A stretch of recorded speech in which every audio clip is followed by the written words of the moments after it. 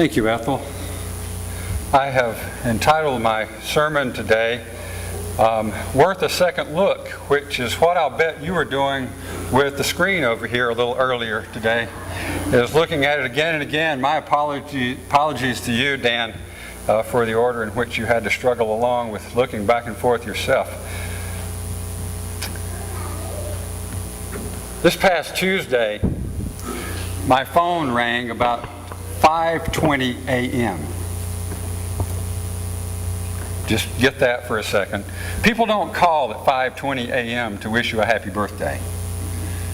Or just to say, hey, I was thinking about you and I wanted to call and say how much you mean to me. Something is most often always wrong whenever the phone rings at 5:20 in the morning. Unless, of course, it's my mom calling my sister in San Diego for her birthday. It's what she thinks is 8 in the morning.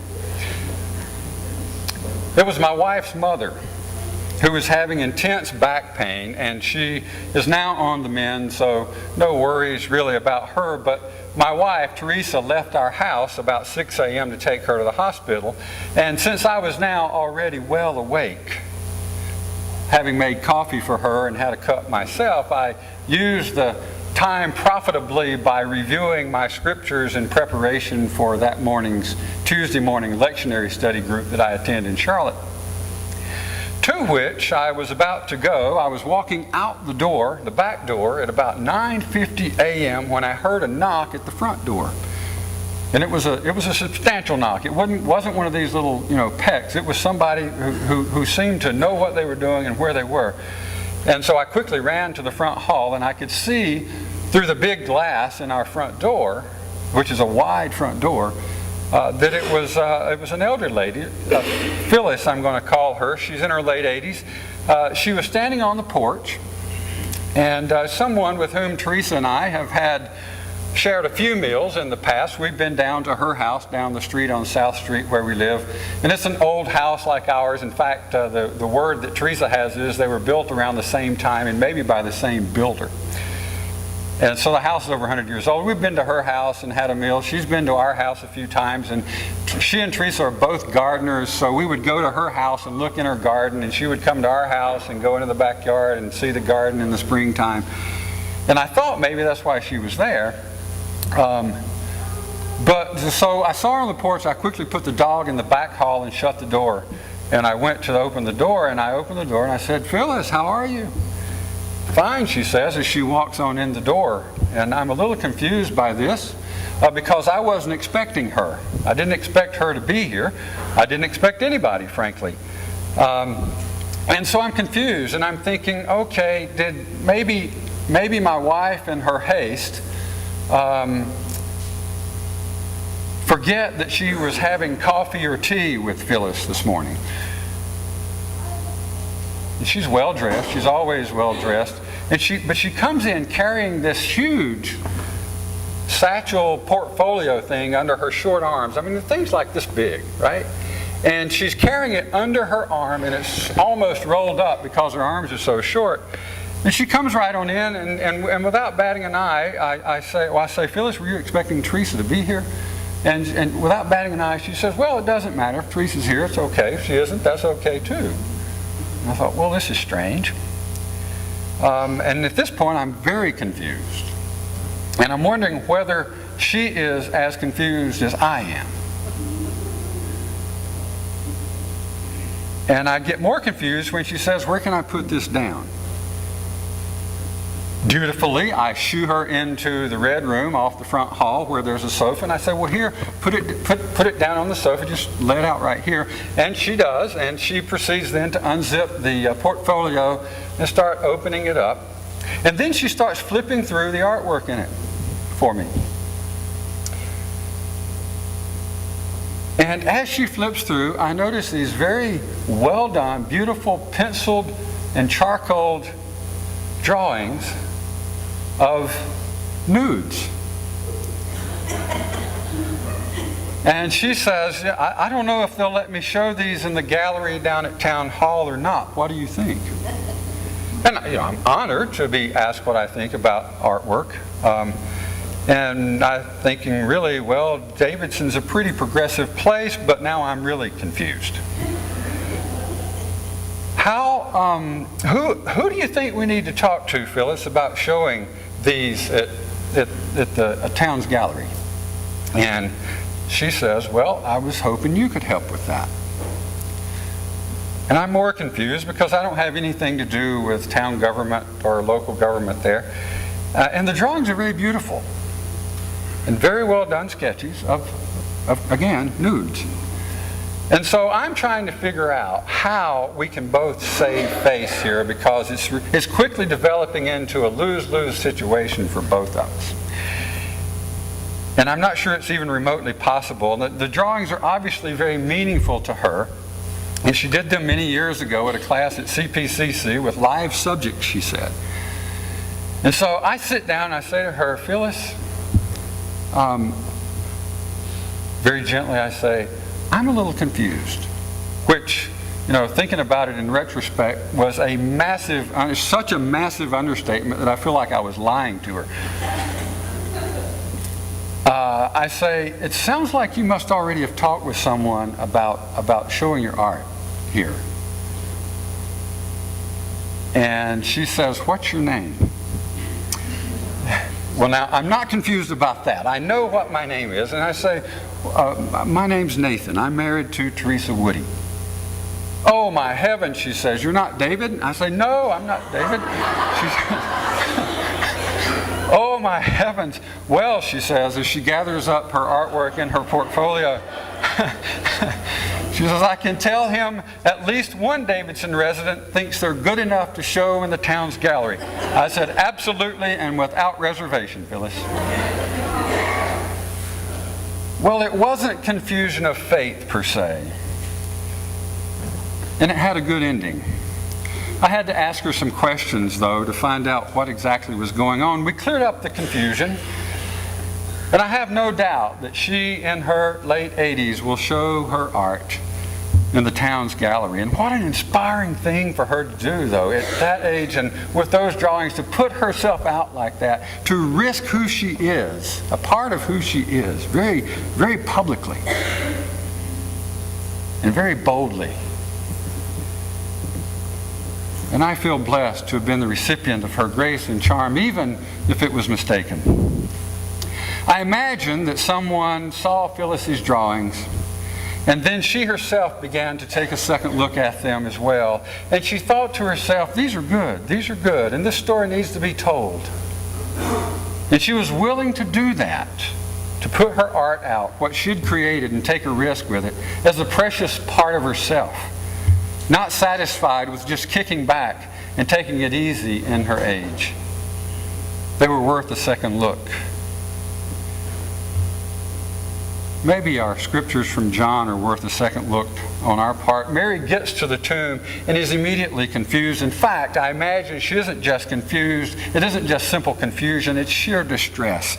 Because whoever gets to a grave and there's nothing there when there was the day before, 2 days before, when you put them in the ground? It doesn't happen. Somehow, though, the stone has been removed from the tomb and she doesn't know how. Apparently, Jesus' body has been taken from the tomb, and she's confused about how and about where they've taken him. Well, I've never had such an experience as that, of going to a grave and finding it empty, but I do tell you without reservation, I have been confused a lot.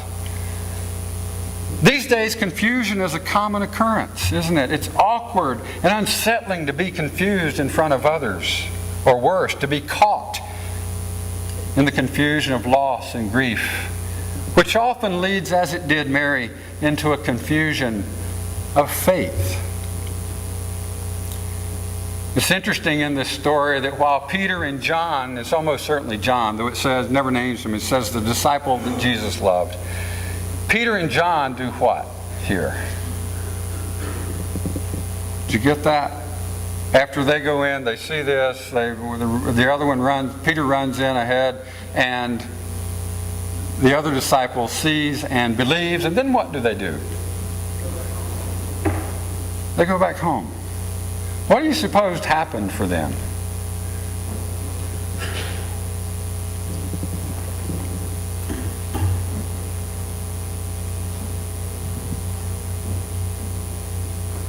Why do they go back home?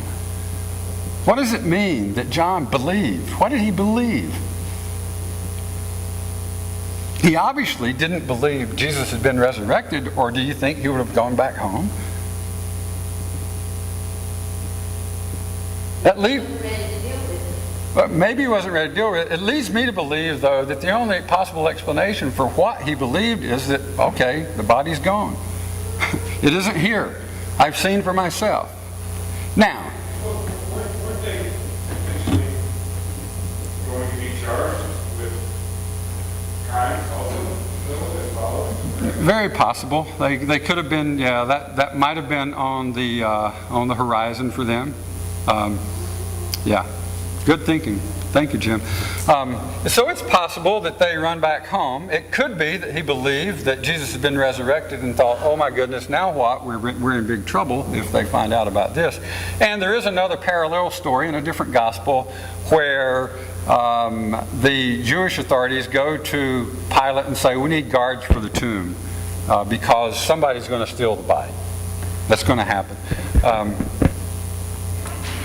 There's no indication that in that particular gospel story Pilate does that. But Mary, after the two disciples leave, Mary's left there still weeping at the tomb. And in her weeping confusion, she goes back into this place of death and grief and confusion. And this time she sees two angels sitting. As she looks into the tomb, two angels sitting where the body was. She didn't see that before, or they weren't there before. Something changed.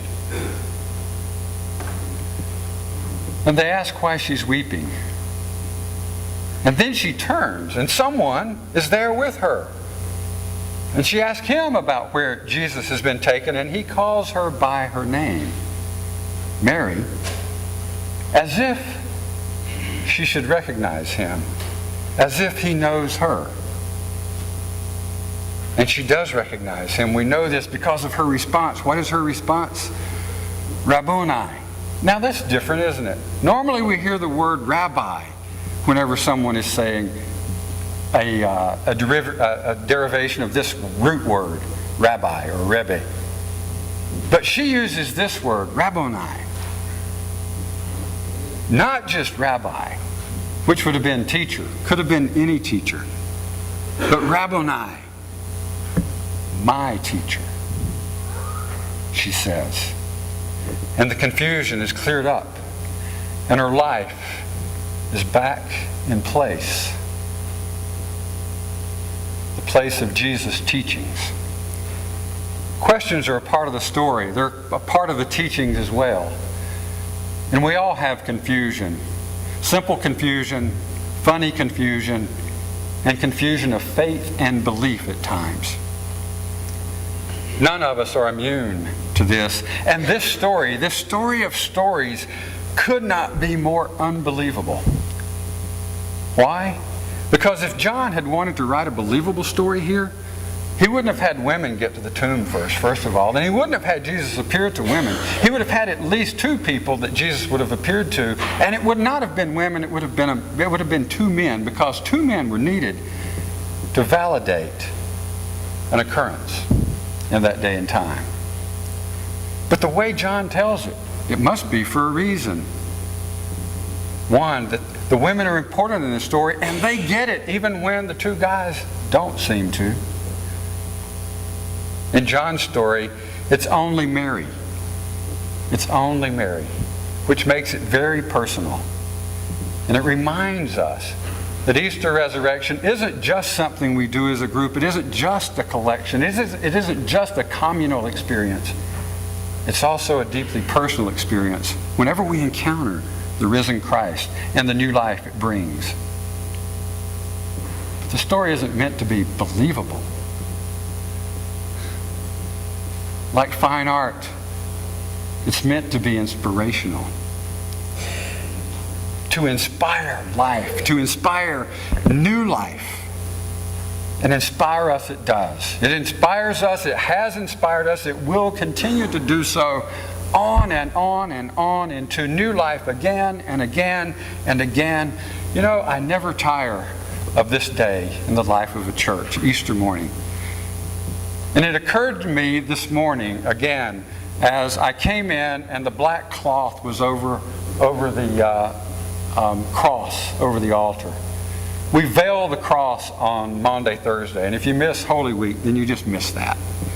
You miss the stripping of the altar, and you miss the black cloth being raised up over the cross, obliterating almost the cross.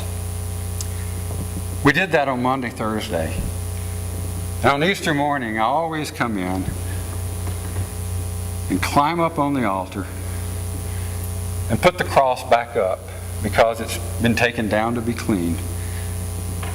And then I lower down the black cloth again, and there's the cross. It's repetitive, it's a ritual, and I never tire of that because of what it means, because of what it symbolizes. It symbolizes that whatever else we believe, whatever else our faith is, wherever else we are in that faith journey, new life comes if we let it. New life comes, sometimes whether we believe or not. And it inspires us to do great works of great care. There's something beautifully renewing about Easter morning.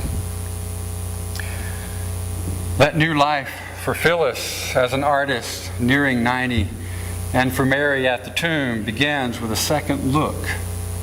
Mary's liberated from her confusion and disbelief when she takes a second look into the tomb, even in her weeping confusion. And she asks a few questions, even of Jesus. Where do you need to take a second look in your life? What's worth a second look? Because that just might be the key to new, inspired life for you. What do you need to reconsider? About what is your mind made up that may need to be given a second thought? Maybe you need to give someone in your life a second chance. Maybe you need to give church a second chance. Maybe you need to give God another second chance to bring new life into your life. Maybe you need to give that yoga class a second chance, or your meditation group. Maybe you need to give your family a second look and a second chance. Easter invites us, this story invites us to go in and take a second look at the situation of our lives, or at our heart, or even our mind-boggling confusion. Mary believes the tomb is worth a second look, and that's the beauty of Easter. It's always possible and probable if we're willing to look again. Just look again. Mary's liberated from her confusion, and that's where confusion becomes a gift. It's in her confusion that she sees Jesus again, as Marcus Borg tells us, again for the first time. That's the liberating story of Easter.